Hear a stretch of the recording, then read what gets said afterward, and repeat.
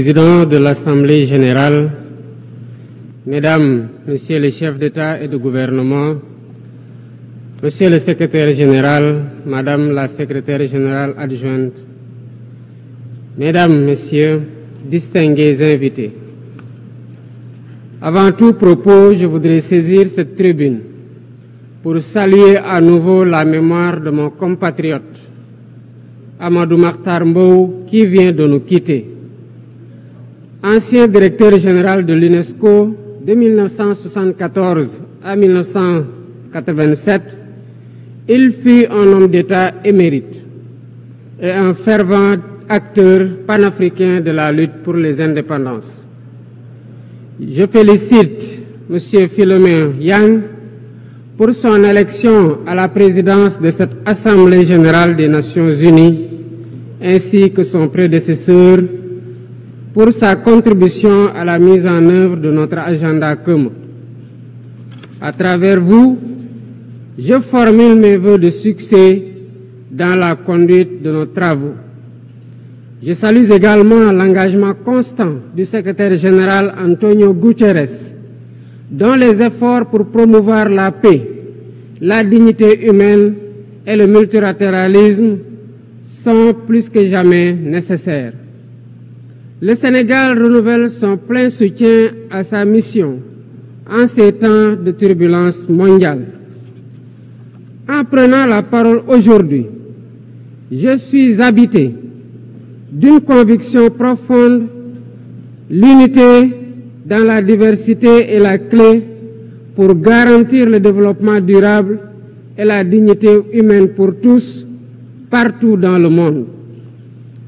Ce thème de la présente session, qui guide nos discussions, nous invite à repenser nos responsabilités collectives et à nous assurer que les principes fondamentaux des Nations unies, définis il y a près de 8 décennies, continuent de porter la promesse d'un monde plus juste et plus équitable. Mesdames, Messieurs, nous vivons dans un monde troublé, où les principes de la Charte des Nations unies, qui prônent l'égalité, la justice et le respect des droits humains, sont chaque jour mis en mal. Les conflits s'étendent, les inégalités se creusent et les crises climatiques aggravent la vulnérabilité de millions de personnes à travers le monde. De surcroît, nous assistons à une remise en cause inquiétante du multilatéralisme, à un moment où l'humanité en a le plus besoin. Le monde doit se regarder en face, sans complaisance. Les valeurs que nous avons juré de défendre sont piétinées dans plusieurs régions du globe.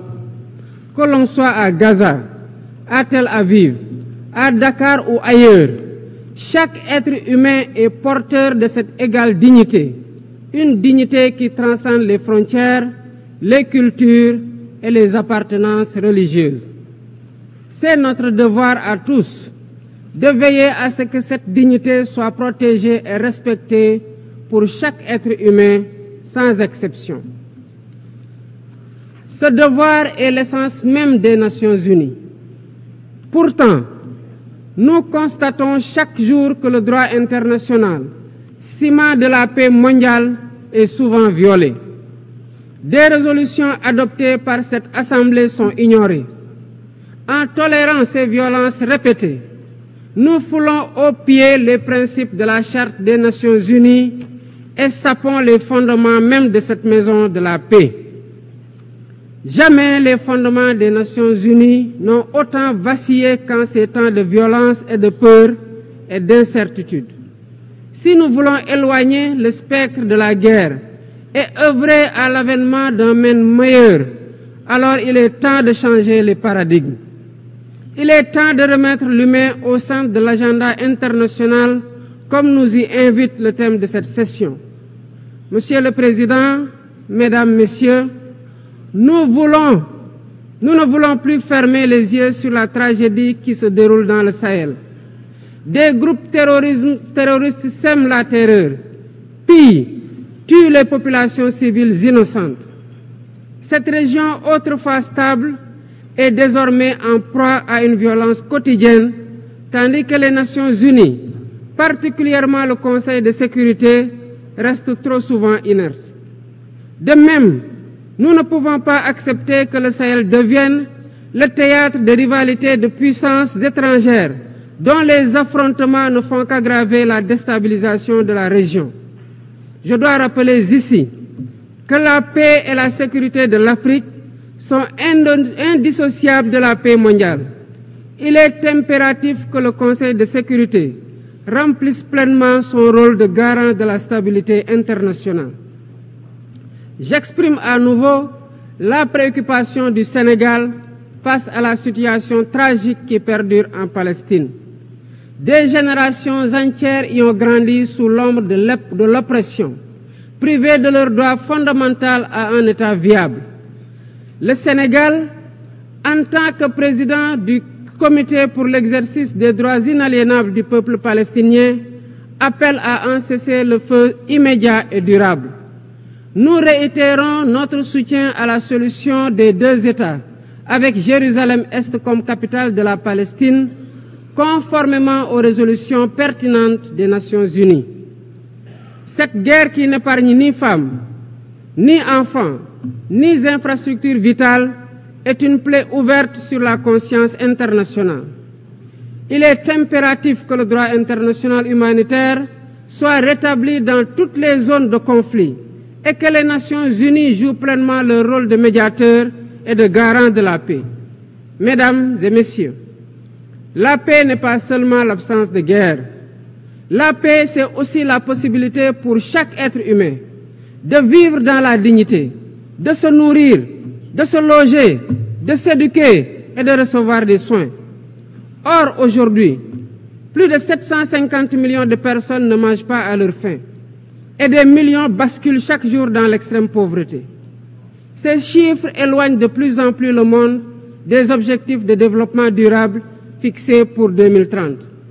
Nous ne pouvons plus accepter que les mécanismes de gouvernance mondiale continuent de reproduire ces inégalités. Il est alors temps de rompre avec la logique du chacun pour soi et de bâtir un nouveau contrat social global fondé sur la solidarité et la coopération.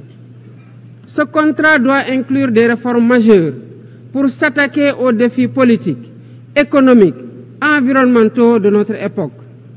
Premièrement, il est impératif de sauvegarder et de renforcer le multilatéralisme comme cadre unique d'action pour la paix et la sécurité internationale. Cela passe par une réforme urgente des institutions mondiales, notamment le Conseil de sécurité, le FMI, la Banque mondiale, afin qu'elles soient plus inclusives et qu'elles reflètent les réalités géopolitiques et économiques actuelles. Le continent africain, en particulier, doit avoir une place plus importante dans ces instances de décision. Deuxièmement, il est temps de corriger les injustices économiques qui freinent le développement de nombreux pays du Sud.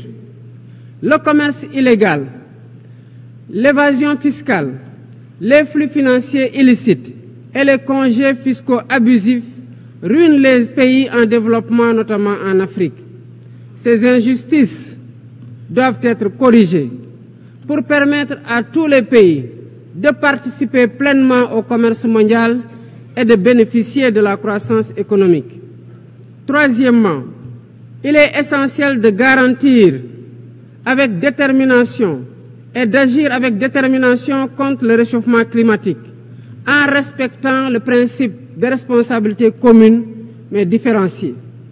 Les pays industrialisés responsables historiques des émissions massives de gaz à effet de serre doivent intensifier leurs efforts pour financer une transition énergétique juste et équitable qui ne pénalise pas les pays en développement. Nous devons impérativement protéger notre planète sans sacrifier les droits des nations les plus vulnérables à poursuivre leur développement. Quatrièmement, il est nécessaire de rompre avec toute tentative d'imposer des normes civilisationnelles unilatérales. Depuis son indépendance, le Sénégal a toujours défendu l'égale dignité des cultures et des civilisations. Et cette diversité doit continuer à être la base de la coexistence pacifique entre les peuples. Aucune nation ne devrait imposer aux autres ses pratiques ou ses valeurs comme normes universelles. Le respect des différences est le fondement de la stabilité et de la paix dans le monde. Mesdames et messieurs, le Sénégal est fermement engagé dans cette voie. Nous avons choisi de bâtir un État résolument tourné vers le développement durable avec des initiatives ambitieuses dans des domaines tels que les énergies propres, la souveraineté alimentaire et la gouvernance transparente. Mais nous savons que pour réussir, nous avons besoin de l'action collective et de la solidarité internationale. Aucun pays, aussi puissant soit-il, ne peut relever seuls les défis qui menacent l'humanité.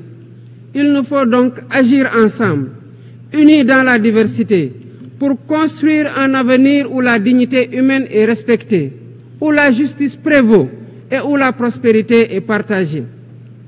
C'est par la coopération et le respect mutuel que nous surmonterons les crises qui secouent notre monde.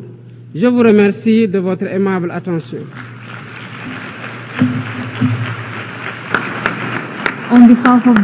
Au nom de l'Assemblée, je remercie le président de la République du Sénégal.